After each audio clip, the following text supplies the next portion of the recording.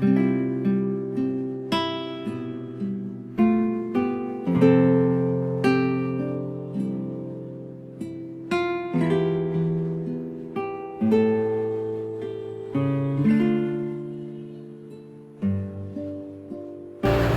mabuting balita ng Panginoon ayon kay San Lucas. Noong panahong iyon, pumasok si Jesus sa Jericho at naglakad sa kabayanan.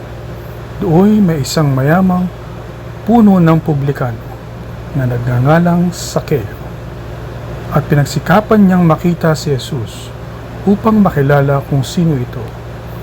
Ngunit siya'y napakapandak at dahil sa dami ng tao, hindi niya makita si Jesus. Kaya't patakbo siyang nagpauna at umakyat sa isang puno ng sikamoro upang makita si Jesus na magdaraan doon.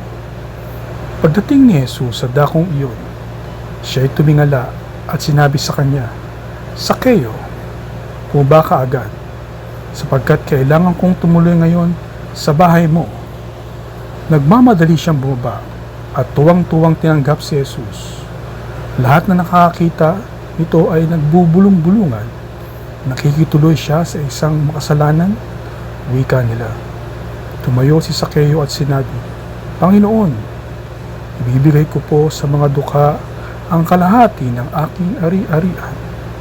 At kung ako'y may nadayang sinuman, 4 na ibayo ang isasauli ko sa kanya."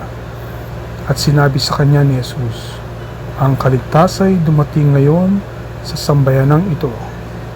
Lipirin ni Abraham ang taong ito, sapagkat naparito ang Anak ng Tao upang hanapin at iligtas ang naligaw." Ang mabuting balita ng Panginoon.